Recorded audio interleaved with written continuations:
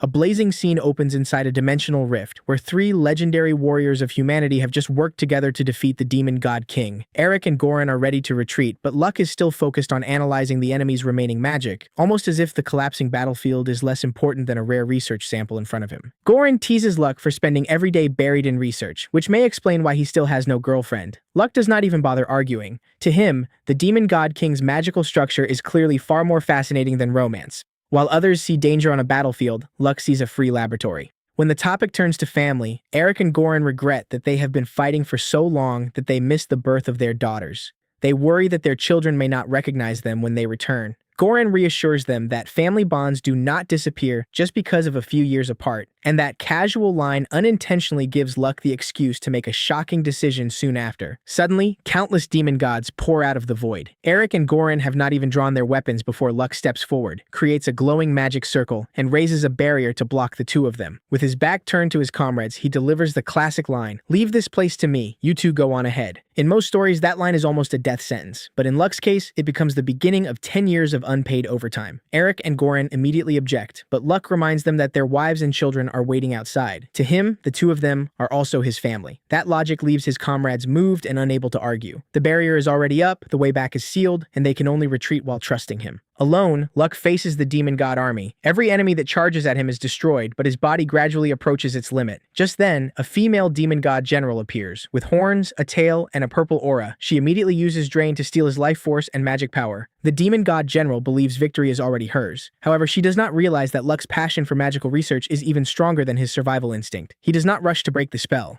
Instead, he deliberately lets himself get hit, studies the structure of the magic, and searches for a way to reverse the flow of energy. As a result, the skill that was meant to drain him becomes a source of recovery instead. She thinks she is absorbing Luck's power, but in reality, she is giving him fuel. He heals his wounds while calmly copying the skill. Once he understands the principle, Luck reverses Drain, absorbs all of the demon god general's energy, and destroys her in front of her own shocked eyes. Thanks to this new skill, Luck declares that he can continue fighting for as many years as necessary, and time truly begins to pass. Weeks become months. He destroys wave after wave of demon gods, losing all sense of day and night. Even though Drain can restore his life force and magic power, Luck still needs sleep. Whenever exhaustion takes over, his reflexes slow down. To solve this, he casts Puppet Dance on his own body, programming it with preset movements so he can still attack, defend, and dodge even when his consciousness is asleep. And so, in the middle of the battlefield, there appears a man who can sleep while continuing to kill demon gods. His body keeps fighting while his mind briefly rests. This method keeps Luck alive, but his emotions gradually become numb. Every movement turns into a mechanical reflex. He admits that the only thing separating him from a machine is that he can still feel thirsty. After an uncountable amount of time, Luck stands among mountains of demon god corpses, like someone who has completed the most horrifying harvest in history. Just when Luck thinks he has finally cleared the battlefield, a massive black energy erupts from the pile of corpses. The entire rift begins to shake. The demon god king officially revives several years earlier than expected. Probably because too many demon gods were destroyed in one place, causing their energy to gather faster than predicted. In other words, Luck has worked so efficiently that he accidentally brings the final boss back ahead of schedule. The demon god king appears with the demon sword and immediately lands a deep slash on Luck. But after 10 years of continuous battle, Luck only steps back and calmly forms a magic circle. He casts Hellfire, drowning the enemy in flames, while also activating Drain, the very skill he learned from the demon god king's own subordinate. As a result, the demon god king revives only to be burned and drained at the same time, forced to suffer a brutal combination created from his own side's magic. In the end, the demon god king turns to ash. Luck also loses consciousness after using too much power. When he wakes up, he finds that his body has fully recovered thanks to the life force he absorbed. His clothes, however, are nearly gone, with only a few torn pieces barely covering him. Luck steps out of the rift and sees a peaceful green field. After so many years surrounded only by darkness and monster corpses, such ordinary scenery feels strangely unfamiliar. Unfortunately, Luck's appearance does not resemble a great hero who has just saved the world. His hair is messy, his clothes are torn, his adventurer card has burned away, and he has no money, luggage, or identification. When he reaches the royal capital's gate, the guards immediately stop him, mistaking him for a suspicious vagrant. Luckily, they still give him a cloak and a small bag so he can cover himself. Once he puts the cloak on, he looks less like a returning savior and more like a man who has just survived 10 years in the wilderness. The first thing Luck does is visit Goran's mansion. However, the guards refuse to let him in because he has no appointment. Luck tries to explain that he is an old friend of the owner, but that only makes them more suspicious. Meeting the Grand Guild Master of the Adventurer Guild requires registration, verification, and a proper schedule, and so the great hero who has just returned is stopped right in front of his best friend's home. With no other choice, Luck heads to the Adventurer Guild to remake his card. On the way, he suddenly sees a giant stone statue in the middle of the square. It depicts a young, handsome warrior with determined eyes, a noble posture, and an almost radiant, heroic presence.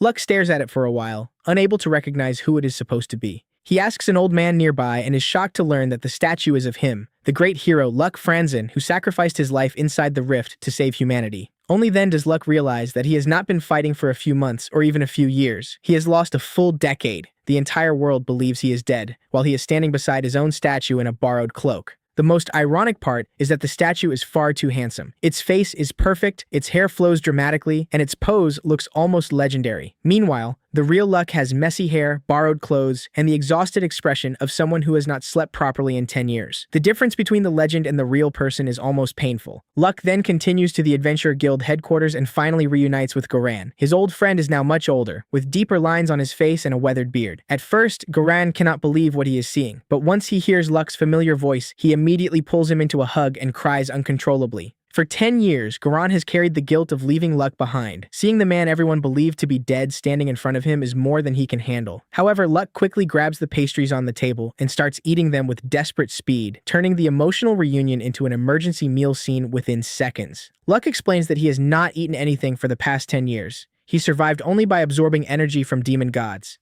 Hearing this, Goran immediately takes the plate away and warns him that eating solid food after starving for so long could be dangerous. Even if Luck defeated the demon god king, he could still collapse from eating the wrong thing too quickly. So Goran orders someone to prepare thin porridge and warm water. The person who brings the porridge in is Eric, now dressed in royal clothing. The moment Eric sees Luck, he also breaks down in tears. But soon after, he notices something strange. Luck has not aged at all. In fact, he looks younger than before. Luck explains that this is because he absorbed an enormous amount of life force from the demon god king, which shocks Eric and Goran even more when they realize that he truly destroyed him. At present, the kingdom is still expanding its army in preparation for the demon god king's return. Yet the final enemy has already been defeated by Luck. He was simply too busy trying to find his way home to report it earlier. Eric confirms that he has become king. Goran is now the Grand Guild Master of the Adventurer Guild. As for Luck, he has been granted a long list of titles, including Great Sage, Savior, Great Archmage, and Grand Duke Luck Franzen. It sounds less like a normal title and more like a grand ceremonial introduction. Luck also asks why the statue outside is so unrealistically handsome. Eric and Goran admit that the sculptor had never met him in person, so the statue was made based only on their descriptions. Since both of them missed their old friend so much, they unconsciously exaggerated the details. That is how Luck ended up with a statue that looks far more polished than the real man.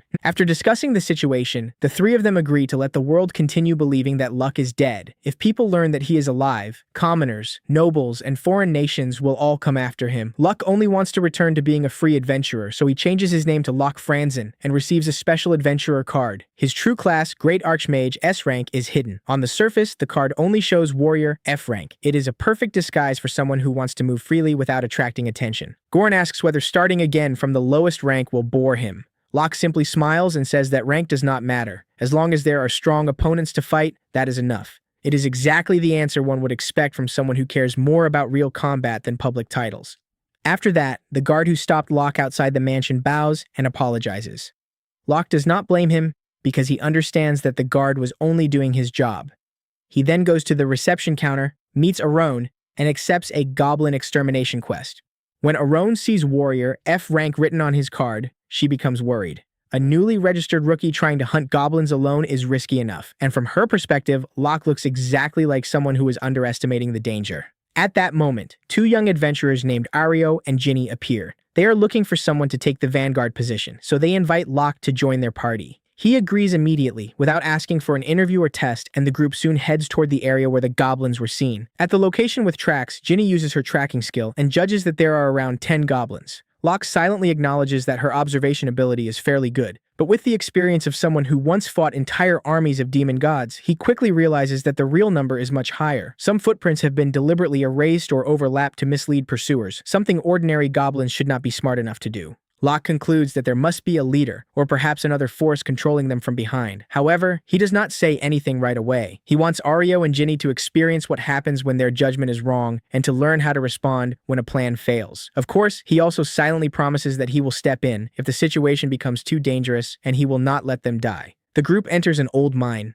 Locke takes the front, Ario uses Fireball, and Ginny supports them with arrows. At first, the two cooperate quite well and defeat more than 30 goblins. But the monsters keep pouring out, and Ario quickly runs out of magic power while Ginny is left with only 3 arrows. Realizing that the situation has gone far beyond expectations, Ario immediately orders a retreat. That decision makes Locke quietly respect him more. A good leader is not someone who always tries to win at any cost, but someone who knows when to stop so everyone can return alive. For Ario and Ginny, the battle has already reached its limit. For Locke, however, it is still barely a warm-up. Just as the group is about to turn back, the ground begins to shake. A giant goblin lord carrying a spiked club appears and blocks the path. Locke observes how the goblins stole livestock, erased their tracks, and set up an ambush. He realizes that this monster does not seem intelligent enough to plan all of that, which only makes it clearer that something else is pulling the strings. Locke reaches toward his sword, ready to save Ario and Ginny, but at that exact moment, a figure dives down from above and strikes the Goblin Lord directly on the head. The newcomer then shouts that small fry should not get in the way. Her sudden arrival instantly changes the situation. The girl who just appeared immediately charges at the Goblin Lord, swinging her sword with absolute confidence. However, the moment her attack touches the monster's body, it bounces back as if she has struck a stone wall. The recoil numbs her arm, while the Goblin Lord is barely affected. From a distance, Ario sees how dangerous the situation has become and suggests that everyone retreat. Locke agrees and tells the siblings to be careful of goblins that may ambush them on the way out.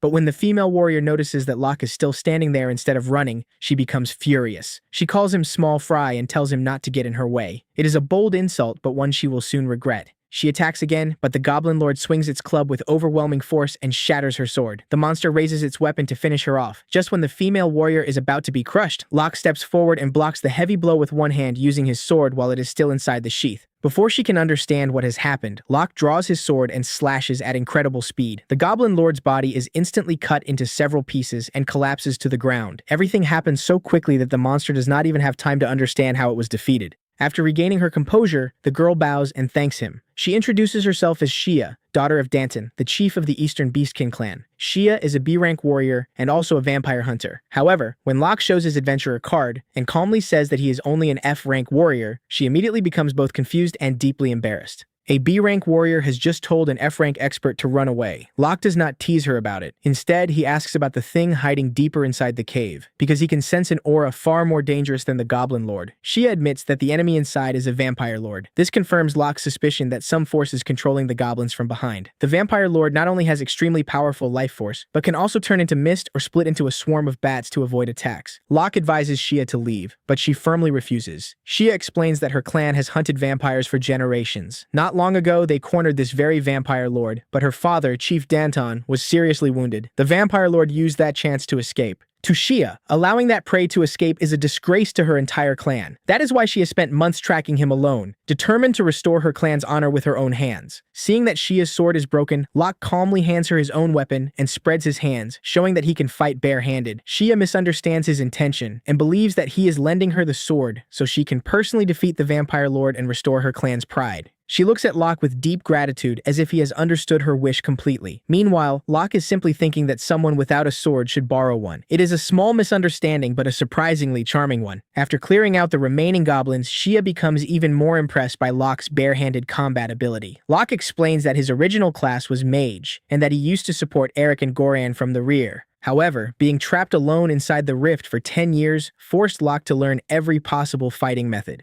From a pure mage, he gradually became an all-purpose fighter who could cast spells, use a sword, and fight barehanded. The two move deeper into the cave and enter a massive chamber filled with skulls and bones from countless victims. From above, the vampire lord finally reveals himself, with large bat wings and a confident presence. He looks exactly like a boss waiting for challengers to enter his chamber. The moment Shia sees him, she loses her calm. Holding Locke's sword, she charges forward and declares that she will defeat him herself. But the vampire lord only laughs. He mocks her by saying that even her father barely managed to leave a tiny scratch on him, and that she has no right to threaten him. Locke quickly sees through the entire plan. The goblins stealing livestock and leaving traces behind were all part of a trap created by the vampire lord. He lured adventurers into the cave, waited until the goblins exhausted them, and then appeared to turn them into food. The Vampire Lord immediately creates a magic circle and casts charm on Locke. He plans to turn Locke into a puppet, then force Shia to choose between killing herself or being killed by the new ally she has just met. It is a cruel plan designed not only to kill her, but also to humiliate the daughter of the man who once hunted him.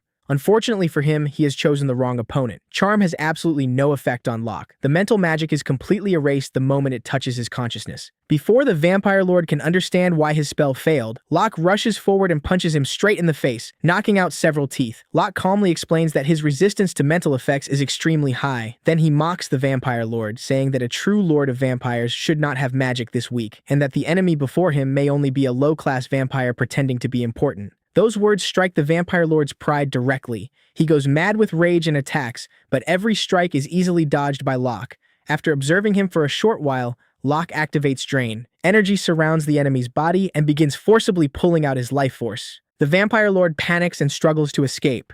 Meanwhile, Locke casually introduces himself as an F-rank adventurer, making the situation even more humiliating for the enemy. A monster who claimed to stand above others is now being drained by someone officially registered as a beginner. In desperation, the Vampire Lord disperses his magic into a massive swarm of black bats and sends them rushing toward Locke, but Shia immediately charges in, using the sword Locke lent her to cut down the entire swarm. Locke drains the enemy's life force while Shia blocks every possible counterattack. The Vampire Lord's body gradually turns to ash. He realizes in terror that even his regeneration has been sealed. Before collapsing completely, he mutters about a mysterious metal. Shia returns the sword to Locke and is shocked to sense a terrifying power from the blade, something she has never felt from any weapon before. Locke quickly laughs it off and claims that Shia is probably imagining things. He says the sword is just something he bought at a flea market. But in truth, this is the demon sword of the demon god king, a final boss level weapon that he casually obtained after defeating its owner. From the pile of ashes, Shia picks up a cursed metal. She explains that this item has gathered curses from stolen blood and stolen lives over many centuries. Locke grows serious, because during his 10 years of fighting, he never saw any demon god use anything like it.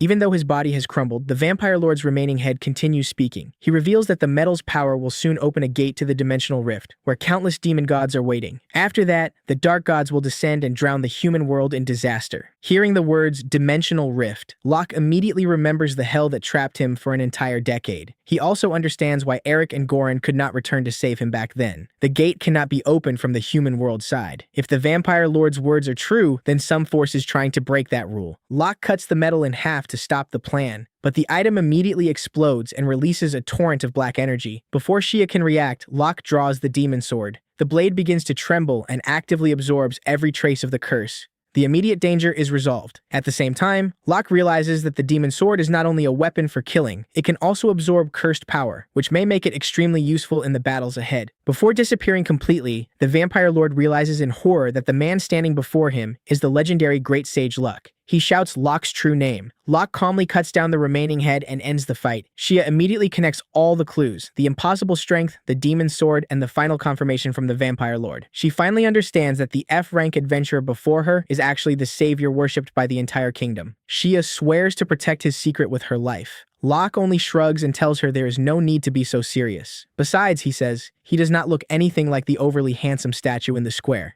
After returning to the royal capital, receptionist Aron repeatedly apologizes for the mistake in the quest evaluation. The original report mentioned only a small group of goblins, but in reality, there was a goblin lord and a vampire lord hiding inside. Without Locke and Shia, the young adventurers could easily have become food. Ario and Ginny still do not know Locke's true identity. They innocently believe that Shia defeated all the monsters, so they keep thanking her. The irony becomes even stronger when the two of them turn toward the stone statue of the great hero Luck, clasp their hands, and pray in gratitude to the savior for protecting them. Meanwhile, the real Luck is alive and standing less than 3 meters away. Locke can only smile awkwardly as people worship his statue like a guardian deity, while the real person quietly walks by with an F-rank card in his hand. At night, Locke asks Shia to continue gathering information about vampire movements. She happily agrees. Locke says that the peace he sacrificed 10 years to protect will not be destroyed so easily. Whether the force behind this is the demon gods or the dark gods, he will find a way to stop them. Shia gives Locke half of the cursed metal so he can take it back for investigation.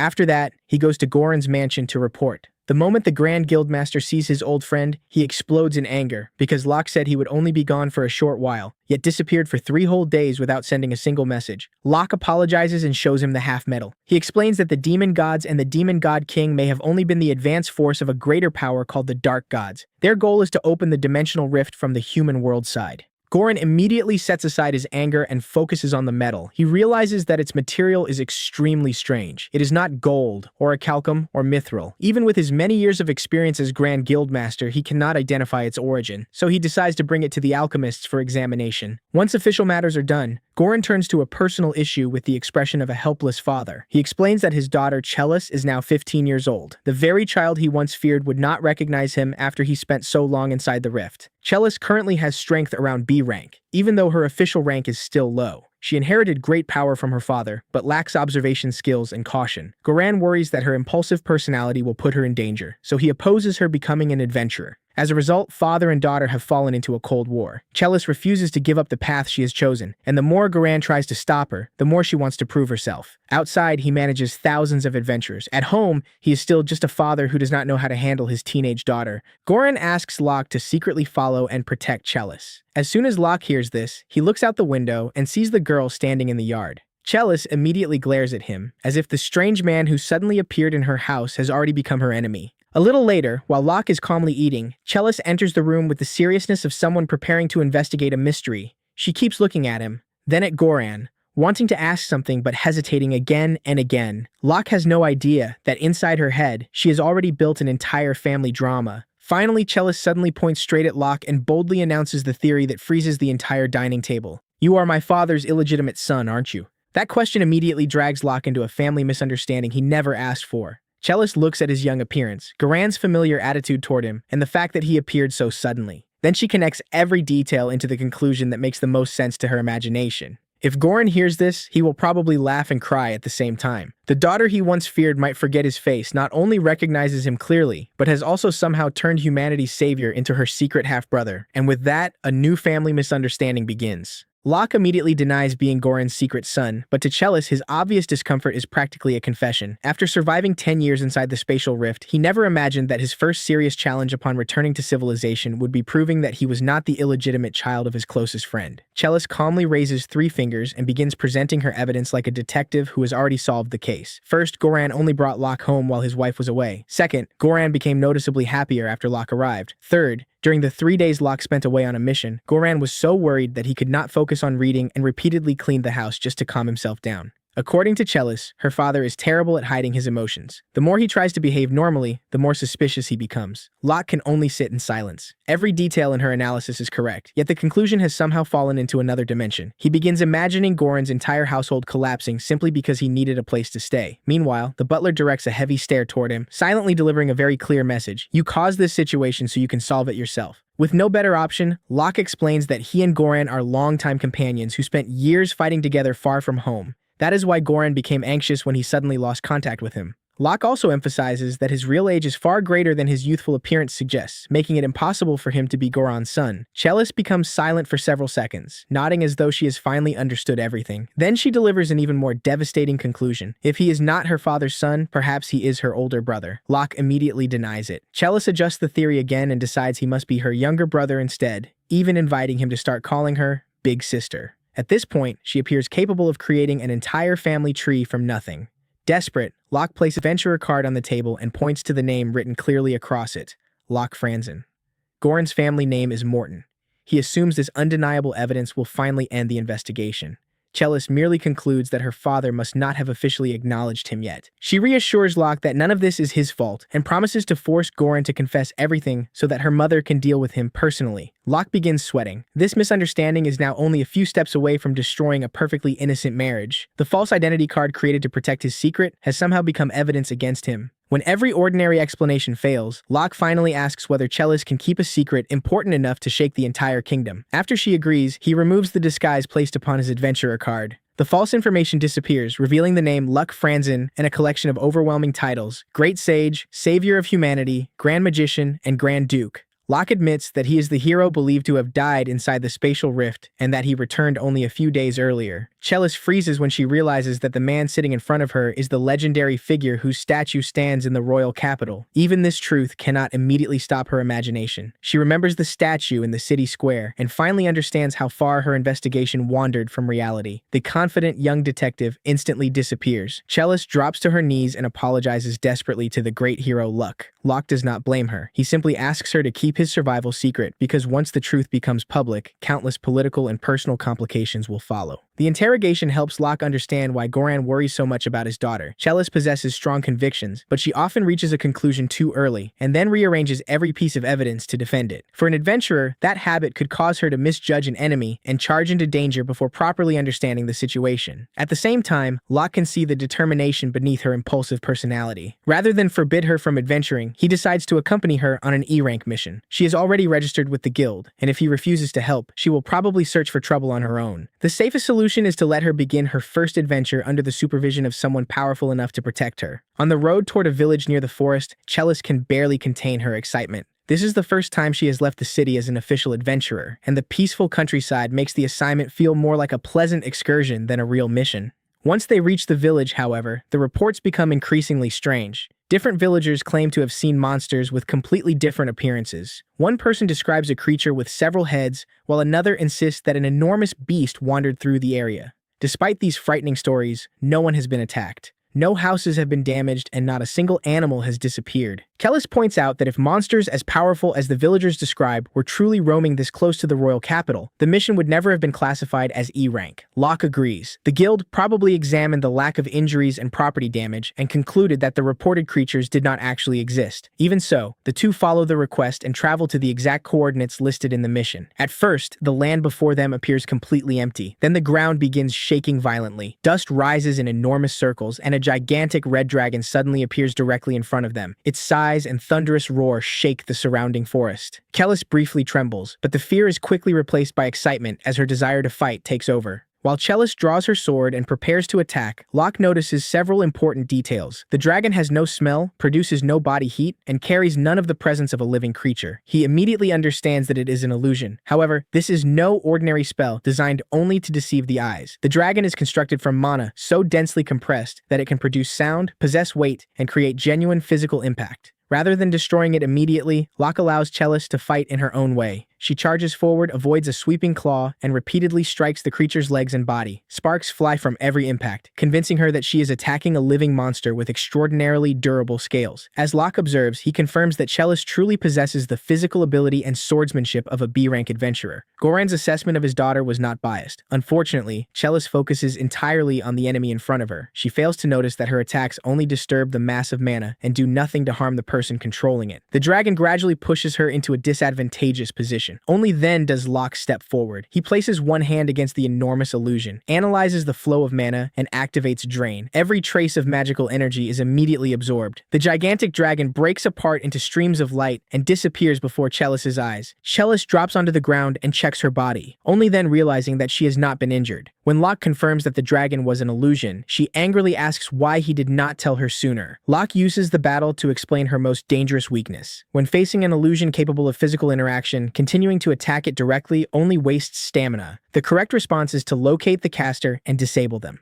If the enemy's position cannot be identified, retreating before the trap becomes more dangerous is the smartest choice. Chellis stubbornly argues that she dislikes the idea of running away. Locke answers coldly that staying alive is still better than dying because of pride. The reality behind those words leaves her with no effective response. After finishing the lesson, Locke turns toward the forest and calls out to the person hiding nearby. He realized from the beginning that whoever created the illusions never intended to hurt anyone. The false monsters were designed only to frighten strangers away. Lines of light surrounding the trees slowly fade, and a small girl wearing a purple cloak steps into view. Locke quietly praises her ability to conceal her presence, which was nearly perfect. The girl becomes nervous and introduces herself as Lucira, a member of the demon race. Chellis immediately leans toward Locke and whispers a question. Are demons not supposed to be cruel and evil? Locke gently corrects her. Demons often possess powerful magic and strong bodies, but strength has nothing to do with whether someone is good or wicked. Lucira asks why Locke would trust a demon who just used an illusion to block his path. He explains that she never injured the villagers and avoided using lethal attacks against either of them. Lucira also understands that her magic is completely ineffective against the man before her. Locke is strong enough to overpower her and force out the truth, yet he chooses to sit down and speak peacefully. That decision convinces her to trust him. Lucira agrees to show them what she has been protecting, leading the two deeper into the mountains toward an ancient temple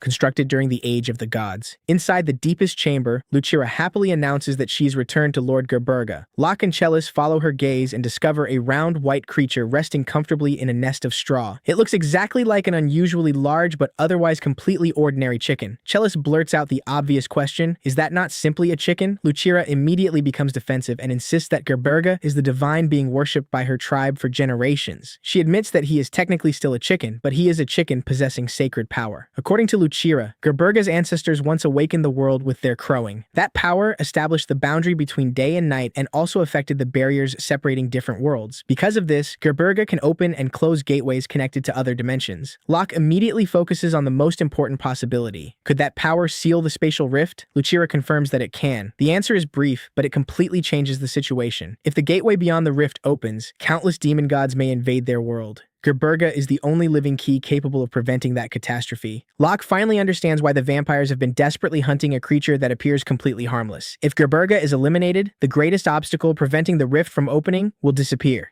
Lucira continues her story in a quiet voice. Her tribe once lived peacefully in the northern mountains. Then the vampires arrived without warning and slaughtered the entire village. Lucira was the only survivor. Before dying, the tribal chief entrusted Gerberga to her and ordered her to flee to this ancient temple, which was believed to contain a barrier capable of stopping vampires. Lucira carried Gerberga through the dark forest, bearing both the responsibility and the final hopes of her people. Even after reaching the temple, however, the pursuers continued to appear. Locke examines the surrounding structure and confirms a terrible truth. No protective barrier currently exists here. Either the chief's information was wrong or the protection vanished long ago. What matters is that Lucira can no longer rely on the temple for safety. Locke offers to take both her and Gerberga to the royal capital and protect them himself. For Lucira, however, entrusting the god her entire tribe died protecting to an adventurer she only just met is an impossibly serious decision. To give her a reason to believe him, Locke draws the demon sword once wielded by the demon god king and drives it into the stone floor. He calmly explains that there is only one reason such a weapon could be in his possession. He personally defeated its former master. Lucira stares in disbelief as she realizes that the man before her is not a low-ranked adventurer at all. He is the great sage Luck, the legendary savior honored throughout the world. Chellis quietly confirms that Luck survived the spatial rift and has finally returned.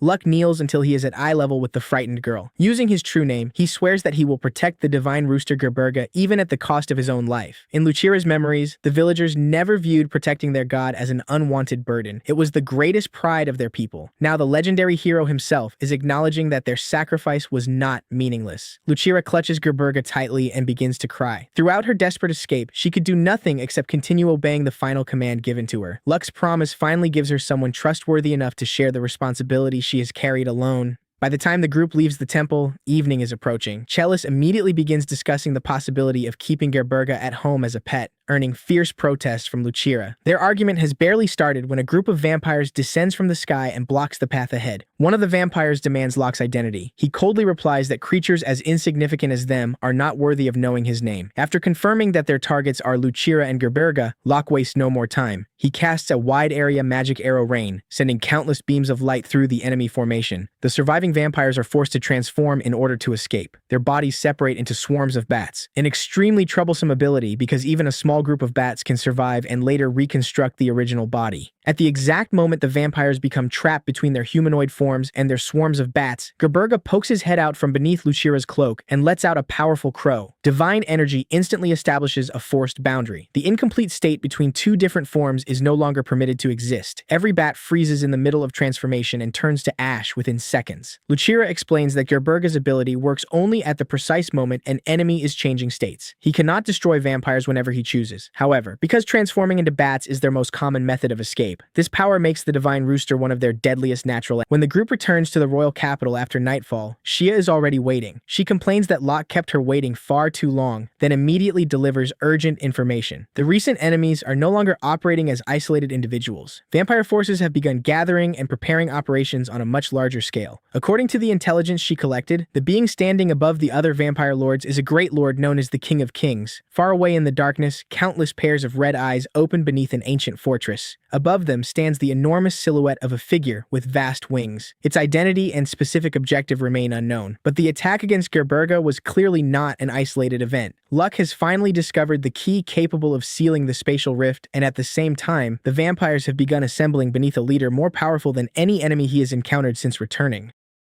The moment Shia returns, she brings Locke a deeply troubling report. The vampire gathering the enemy forces is not an ordinary lord, but a grand lord whose power is considered comparable to that of a demon god. The beastmen have devoted all available resources to the investigation, but Shia's father has still not recovered from his injuries. As a result, she must attend the meeting between the tribal chiefs in his place. Unfortunately, the faction demanding immediate war holds the majority. They want to mobilize their warriors and begin the hunt despite knowing neither the Grand Lord's exact location nor the full extent of its abilities. Fearing that her people will be wiped out in a reckless attack, Shia comes to Locke and asks him to help eliminate the Grand Lord before the rushed expedition turns into a disaster. Locke has barely understood the main problem when Shia reveals that an even more urgent issue remains. The vampires are desperately searching for one very special chicken. At that point, Locke is no longer certain whether they should continue discussing the fate of the world or start heating a cooking pot. Shia found the story equally difficult to believe at first. However, the chicken's crow can interfere with the boundaries of space, close the gateway connected to the rift, and trap vampires at the exact moment they transform. Locke immediately realizes that the chicken in question is the divine rooster Gerberga.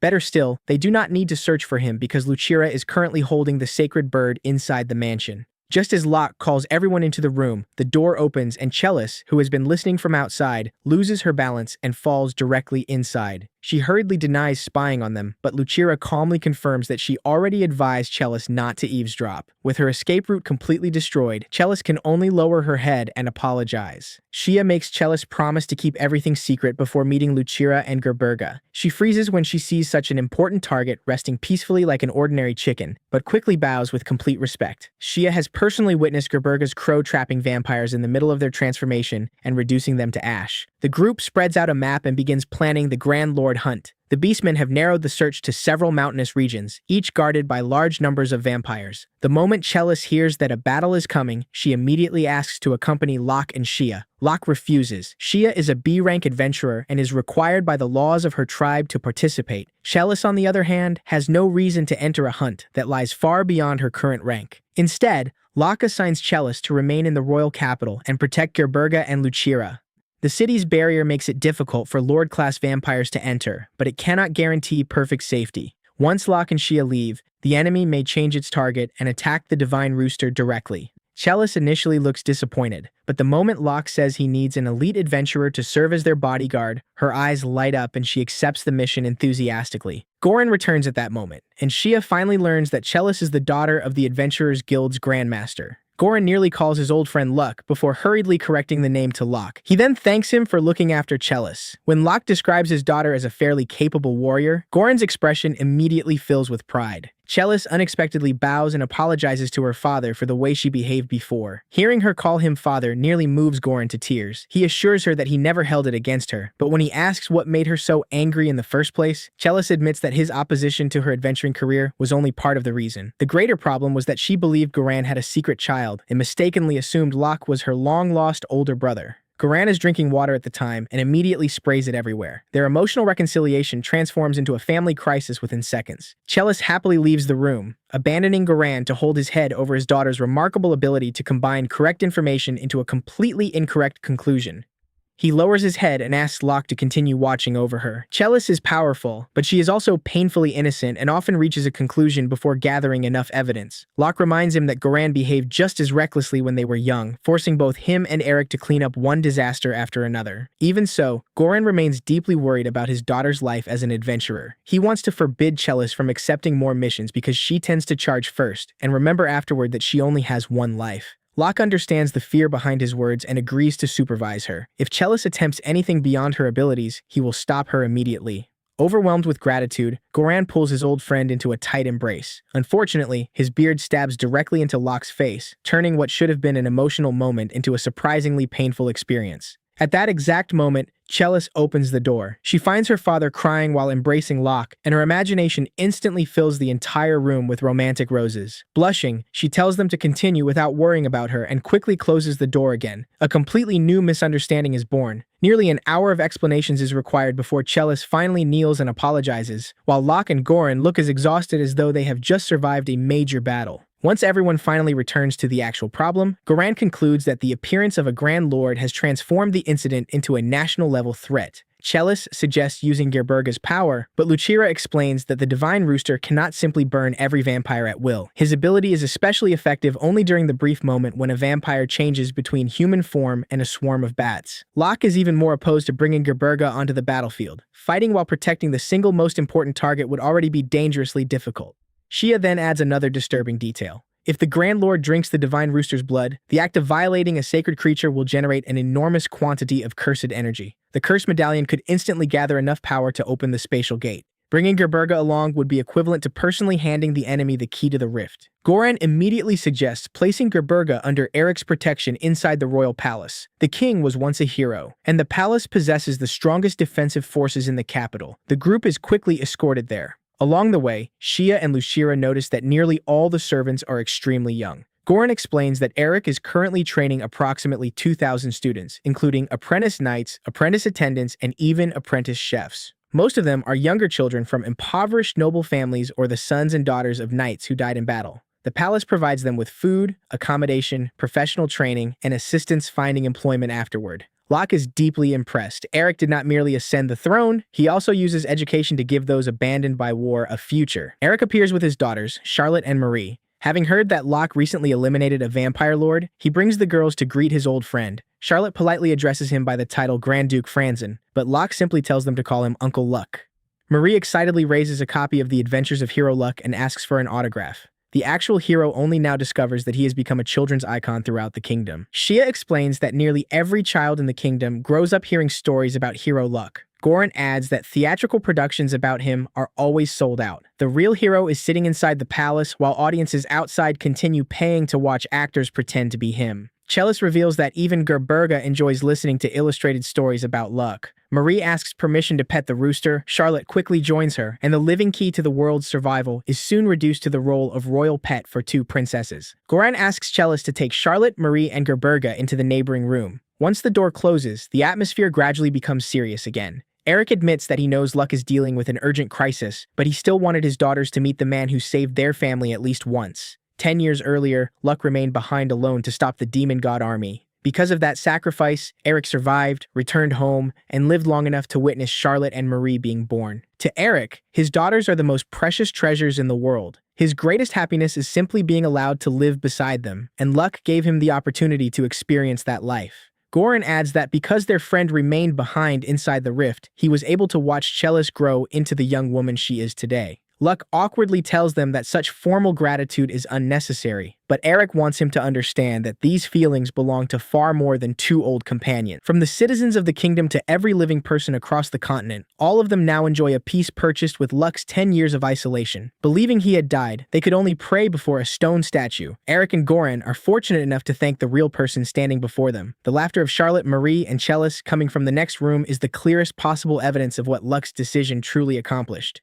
After the silence passes, Locke asks about Levi. Eric explains that she also wishes to meet him, but she currently commands the nation's holy magic order and must remain stationed at the Grand Cathedral. Locke promises to visit her another time before returning to the immediate crisis. The vampires intend to open a spatial gateway and summon the Dark God. Gerberga's divine power can also eliminate the cursed energy they have already accumulated. For that reason, the vampires want both to remove this obstacle and to exploit the curse generated by drinking the blood of a sacred being. Eric formally accepts responsibility for protecting Lucira and the Divine Rooster inside the palace. Lucira confidently entrusts both her own safety and Gerberga's to him. With the defensive line established, Locke believes the group can focus entirely on eliminating the Grand Lord. He and Shia intend to gather the Beastmen hunters, lure the ordinary vampire lords away from their leader, and then attack once the protective formation develops an opening. Goran immediately points out that the roles should be reversed. The Grand Lord is the most dangerous target, but the Beastmen forces may not possess enough strength to finish it. Shia explains that although the hunters may be unable to kill the ordinary lords, they can hold them in place. The only person capable of eliminating the Grand Lord is Luck. Therefore, the beastmen will delay the lords while he strikes directly at the enemy's command center. Goran worries that the strategy could cause devastating casualties among Shia's tribe.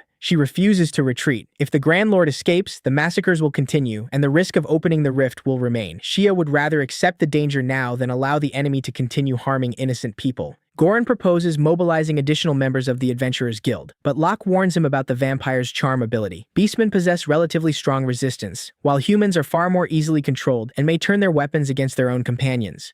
Someone whose blood has been drained shows visible symptoms, but a person affected only by charm can appear completely normal. Sending a large human force may simply cause the soldiers to slaughter one another from within. While the adults discuss preventing betrayal inside their own forces, Kellis plays with the two princesses and Gerberga in the neighboring room. She remembers Locke's praise but suspects that calling her elite was merely an attempt to comfort her. She is still only an F-rank adventurer. During the previous battle, even the illusion of a red dragon overwhelmed her. If she insisted on following Luck against the Grand Lord, she might become nothing more than an obstacle. For the first time, Chellis does not rush in and demand to participate. She accepts the responsibility of remaining behind to protect Charlotte, Marie, and Gerberga. Her defeat against the illusion taught her that strength cannot replace careful observation or an honest understanding of one's limitations. However, while the two princesses are still chasing the divine rooster around the room, a magical plate on the table suddenly begins glowing purple. A spell circle appears beneath it and releases a stream of black smoke.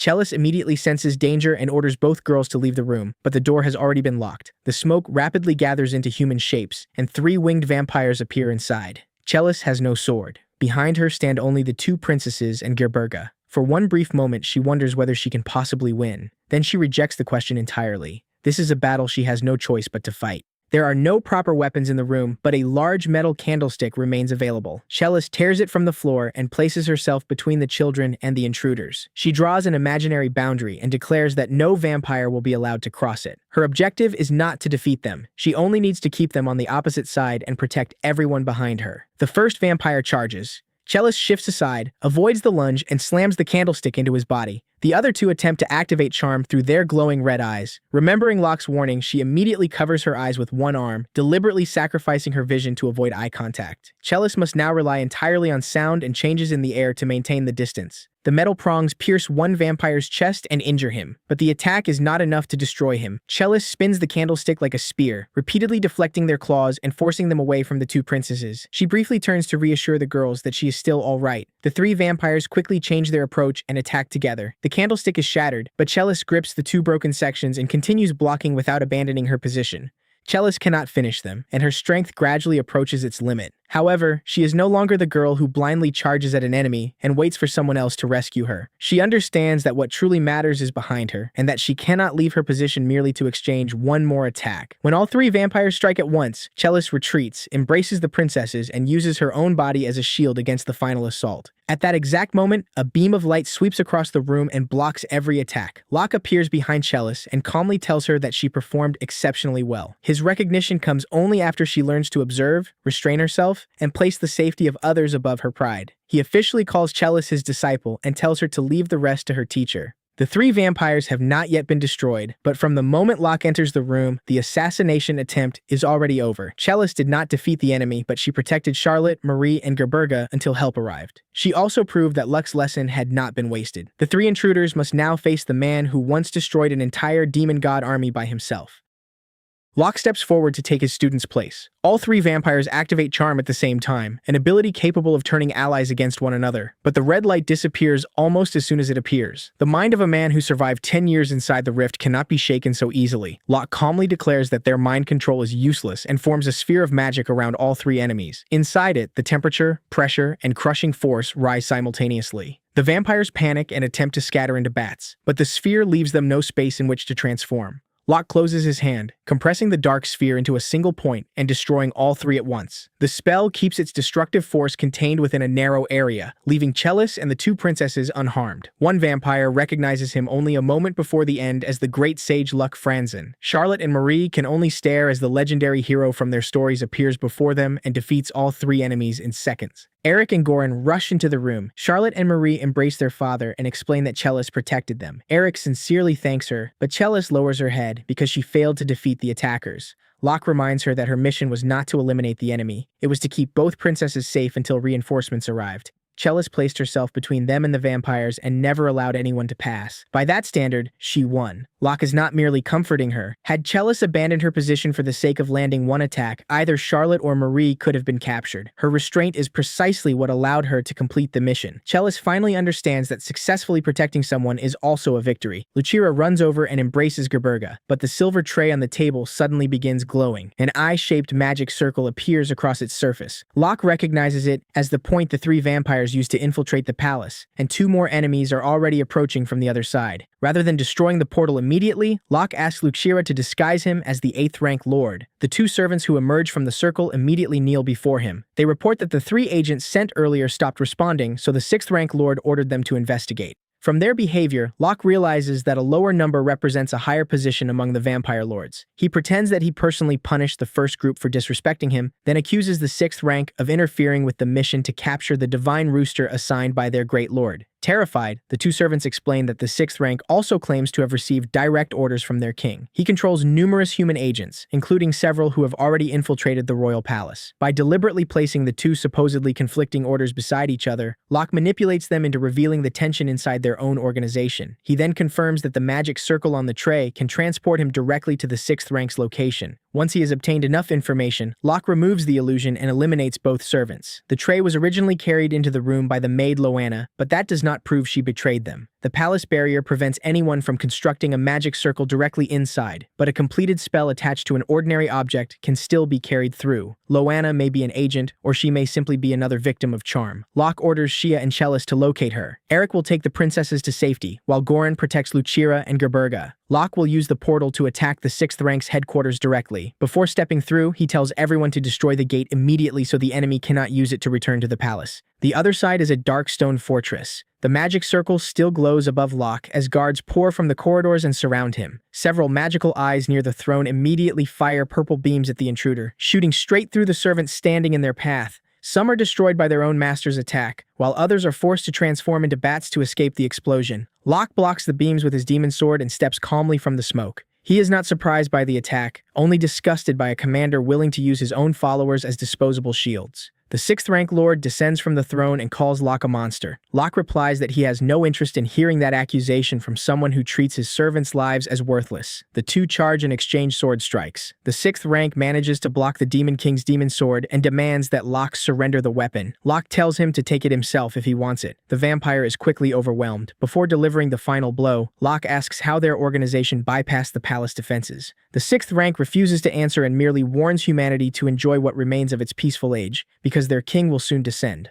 Locke ends the battle with one final strike, and the vampire's body turns to ash. Victory brings no relief. A stream of black-purple energy filled with cries and desperate voices rises from deep inside the fortress. Distorted faces appear within it before being drawn toward the demon sword. The weapon seems to absorb the accumulated hatred and suffering on its own. When the purple energy finally disappears, Locke finds himself surrounded by the remains of countless people who were imprisoned and killed there long ago. Locke kneels before one of the victims and apologizes for arriving too late. Outside the fortress, he discovers that the nearby village has also been completely destroyed. Defeating the vampire lord cannot bring any of those people back. Locke blames himself, believing that fewer lives might have been lost if he had uncovered the conspiracy sooner. He returns to the palace and reports that the enemy base has been eliminated, but the neighboring village was already beyond saving. Goran refuses to let his friend bear all the responsibility. As guildmaster, he will send people to recover the victims and give them proper burials. The debt of blood belongs to the great lord who ordered these crimes. Loanna is confirmed to have been affected only by charm. She was never fully transformed into an agent and can still be treated, bringing some relief to Charlotte and Marie. However, the moment the 6th rank died, 5 people inside the capital turned to ash, and approximately 30 others collapsed unconscious. The 5 who vanished were probably converted too deeply into servants, while the others were only under mental control. The simultaneous reaction proves that all of them were connected to the Lord Locke had just killed. It also exposes a vampire network rooted throughout both the capital and the royal palace. The palace is no longer secure, and no one knows how many people remain controlled by the other lords. Locke decides to stop chasing individual agents. He will destroy the Great Lord and cut the conspiracy off at its source. Eric and Goran immediately announce that they will join him. Locke reminds them that one is the king and the other is the guildmaster. If both fall, the kingdom may descend into chaos. Eric replies that his younger brother can inherit the throne. Goran also has someone capable of taking his position. Their roles as warriors in the coming battle, however, cannot be replaced. The 3 friends place their hands together as their legendary party reunites after 10 years.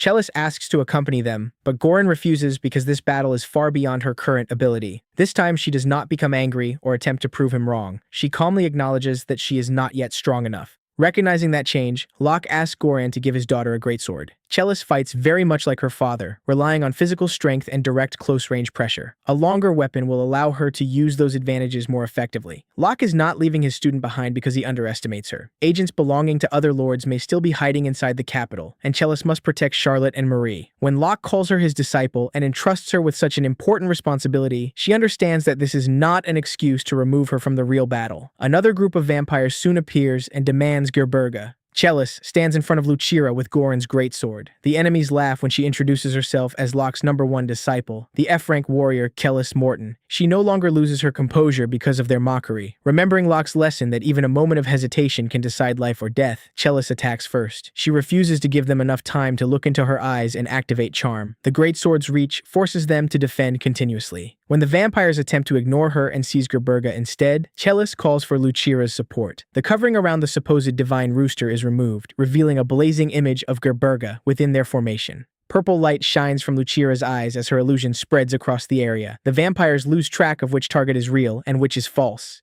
The Gerberga inside the palace is only a decoy. The real divine rooster has traveled with Locke. Chalice and Lucira continue holding the defensive line, and Chalice promises that the situation in the capital can be entrusted to her. She finally understands how to fight while protecting the people behind her. Locke, Eric, and Goran ride toward the mountains, with the real Gerberga resting inside a small bag in front of Locke. The divine rooster occasionally pushes its head out because of the cramped space. Locke can only apologize for the discomfort and promise to keep it safe. Near the target, Shia and several beastmen warriors are already waiting. A tribal chief reports that many clans cooperated in the search and finally located the Great Lord's base. However, the number of vampires guarding the mountain is too great for their current forces to break through alone. Eric takes command of the operation. They will attack shortly before sunset, when the vampires have awakened but have not yet reached their full nighttime strength. Locke orders the werewolves to draw the outer guards away from the fortress. Their leader promises on the honor of his tribe that the task will be completed. Locke gives Shia the sword that previously endured a strike from the Demon King's blade without breaking. Eric carries the Holy Sword, while Goran wields a fire element demon sword, so this weapon should allow Shia to survive against the Great Lord. After confirming that it carries no curse, Shia accepts the sword and promises to protect Locke's back. At the location indicated by the beastmen, the group finds only a solid cliff. Shia cannot locate an entrance, but Locke opens his magic eye and discovers that the entire base is hidden behind an illusion. He casts a spell, causing the false rock face to disappear and revealing an enormous stone gate inside the mountain. Rather than charging in immediately, Locke releases a sleeping cloud through the corridors. The spell neutralizes most lower-ranking vampires before the assault begins, leaving only powerful elites and lords capable of resisting it. Goran leads the charge. The first group of high-ranking vampires is thrown into the flames of his demon sword. Shia realizes that the reputation of the hero party's frontline warrior was never exaggerated. Eric asks Goran to leave a few enemies for him, but Goran replies that such minor opponents are not worth the king's attention. Nearly 30 more vampires soon block their path. If the entire party remains to fight them, the Great Lord will continue growing stronger as night falls. Eric and Goran decide to hold the rear. Locke objects because the enemies surrounding them will also become stronger, but his friends simply smile and remind him of a debt from 10 years earlier. Together, they repeat the words that changed all three of their lives. Leave this place to us, and go ahead. 10 years ago, Luck remained alone inside the rift, giving them a path to survival before disappearing for an entire decade. This time, Eric and Goran are the ones remaining behind to open a path for him. It is both a tactical decision to prevent the Great Lord from gaining more power and their way of returning the trust Luck once placed in them. For the first time, he no longer has to carry everything alone. Locke remains silent for several seconds before smiling and entrusting the rear to his friends. He carries Shia through the surrounding formation. The vampires attempt to pursue them, but Eric and Goran block the way. Explosions and flames echo behind them as Locke and Shia enter the Great Lord's audience chamber. Human bones cover the hall, and behind iron bars lies a massive, unidentified substance with a green surface. The blindfolded Great Lord stands at the center of the room as though he has been waiting for them. The sinister pressure surrounding him surpasses every vampire lord Shia has ever encountered. Merely standing nearby makes it difficult for her to breathe. Locke detects a retaliatory barrier surrounding the enemy and immediately warns Shia not to charge recklessly. He advances with the demon sword to test the defense himself. The Great Lord blocks the strike using an eye-shaped magic circle on his palm. The collision between the barrier and the sword explodes between them. The two exchange positions so quickly that Shia can barely follow their movements. Realizing that Locke is more powerful than expected, the Great Lord opens a glowing eye and activates Charm. The spell that can turn allies against one another still fails to touch the Great Sage's mind. Locke coldly declares that the ability ability is useless. When the enemy asks his name, Locke replies that someone like him is not worthy of knowing it. Shia immediately attacks from the opposite direction with her new sword. The Great Lord avoids the strike with ease and mocks her for being too slow. What he fails to realize is that her attack was never meant to defeat him. The moment he shifts his body to evade the blade, he exposes the exact opening Locke has been waiting for. The demon sword flashes through the gap and cuts away the vampire's left hand. Shia understands that she is not fast enough to land a direct hit on this opponent. However, every time she forces him to react, she can draw his attention and create an opportunity for Locke. Their satisfaction lasts only a few seconds. The severed hand regenerates completely without leaving a mark. The Great Lord admits that Locke's sword is dangerous, but insists that it is still not enough to kill him. Black-purple magic gradually covers his body, and the pressure inside the chamber rises sharply. His regeneration erases the advantage they just gained and forces Locke and Shia to search for a new strategy. For the first time, Locke no longer appears as relaxed as he did while defeating the lesser vampires. He admits that the enemy is far more troublesome than expected. The true battle against an opponent comparable to the demon god has only just begun. Eric and Goran continue holding the rear line. Goran, as usual, is about to charge forward by himself when Eric immediately tells him to stop letting his courage outrun his judgment. A group of female vampires quickly surrounds Eric, but he cuts through them without much trouble. Then one of their doubles suddenly slips behind him, bites his neck, and attempts to use a mental ability to turn the king into her servant. Eric does not panic at all. He simply raises the hand wearing his wedding ring and calmly tells her that he already has a wife. The hero's blood running through his veins does more than resist poison. It also grants extremely high resistance to mental interference. Charm is almost completely ineffective against him. The plan to control the king collapses instantly. Eric launches a fierce counterattack while Goran continues preventing the remaining enemies from breaking through the defensive line. Deep inside the base, Locke notices that the Great Lord has become slower than before. In particular, the left arm that was previously cut still has not fully regenerated. That proves the enemy's recovery is not limitless. Shia immediately charges forward to maintain pressure, while Locke takes the opportunity to use Drain and steal away part of the Great Lord's energy. The enemy attempts to disperse into a swarm of bats and escape, but Gerberga pokes his head out of the pouch on Locke's chest and lets out a loud cock-a-doodle-doo at the exact moment of transformation. The boundary between the two forms becomes locked, forcing the Great Lord back into his original body. Only then does he realize that the divine chicken the vampires have desperately been searching for has been brought directly into his stronghold by Locke. Laughing, he reveals a hidden medallion inside his mouth. The atmosphere of the entire hall immediately changes. The purple core overhead erupts with light, and an enormous pressure forces both Locke and Shia down toward the floor. The Great Lord explains that this is divine protection granted by the gods on his side, and its mechanism is almost the exact opposite of the divine protection barrier surrounding the royal capital. In the capital, the stronger a vampire becomes, the more severely the barrier suppresses them. Here, the stronger an enemy is, the more intensely the barrier restricts them, while the vampires themselves receive additional power. Because Locke is stronger than Shia, the effect crushes him even more severely. His head feels as though it could split apart, and even lifting one arm becomes difficult. Meanwhile, the Great Lord continues gaining the advantage. He turns his attention toward Gerberga, intending to take the divine chicken for himself. Locke tries to raise a barrier, but his body barely responds. At that moment, he uses puppet dance again, the same magic that allowed him to survive for 10 years inside the rift. In the past, he controlled his own body, so it could continue fighting even while his consciousness rested. Now, invisible magical strings forcibly move his arms and legs despite the divine protection restricting every motion. Puppet dance restores enough mobility for Locke to examine the structure of the hall. He quickly identifies the purple core above them as the source maintaining the barrier. To win, they must destroy the mechanism that is suppressing them while strengthening the enemy. Shia understands immediately and charges forward to hold the Great Lord in place. She is quickly knocked back and mocked as nothing more than a stray dog, but she snaps back that she is a wolf and continues swinging her sword. She does not need to defeat him herself. She only needs to force him to react long enough for Locke to move. Using puppet dance, Locke drives his body straight toward the core. The Great Lord appears in front of him and grabs the demon sword directly with his hand, convinced that resistance is meaningless inside his divine protection. Locke simply tells him to look carefully at the hand holding the blade. Only then does the Great Lord notice that the wound on his palm is no longer healing as quickly as before. Golden rings of light suddenly appear around the purple core. Back in the royal capital, numerous priests are praying at the same time.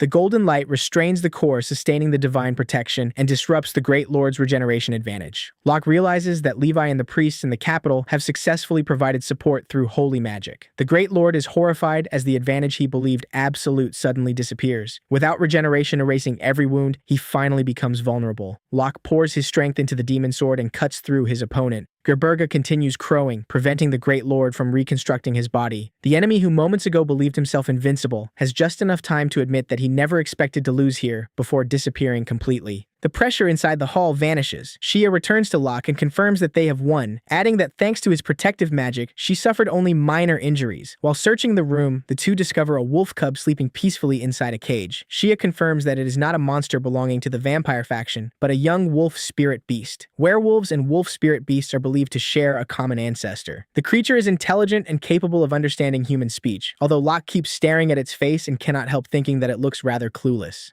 After Locke opens the cage, the wolf wakes and immediately bites his hand out of fear. Shia quickly reassures it that the man in front of it is the person who rescued it and that all the vampires inside the base have already been eliminated. The animal gradually calms down and begins looking guilty. Locke tells it that it is free and can go anywhere it wishes. He has no intention of forcing it to follow him. The young wolf, however, clearly decides that staying with this strange group is preferable to wandering alone, as long as no one plans to put it to hard labor. Locke and Shia then reunite with Eric and Goran, who have also finished clearing the rear line. Locke asks Eric to thank Levi because her holy magic saved them from being completely overwhelmed. Eric laughs and says Levi would probably be happier if Locke thanked her personally. Goran immediately jokes that the king certainly knows how to stay on his wife's good side. The life-or-death battle has barely ended, yet the three men are already talking like they used to. That familiar atmosphere finally removes the remaining tension. Before leaving the base, Locke looks at his two friends and says that this time, all of them are going home together. The words are simple, but completely different from what happened 10 years ago. Back then, Locke created the barrier and ordered Eric and Goran to leave, while he remained inside the rift for an entire decade.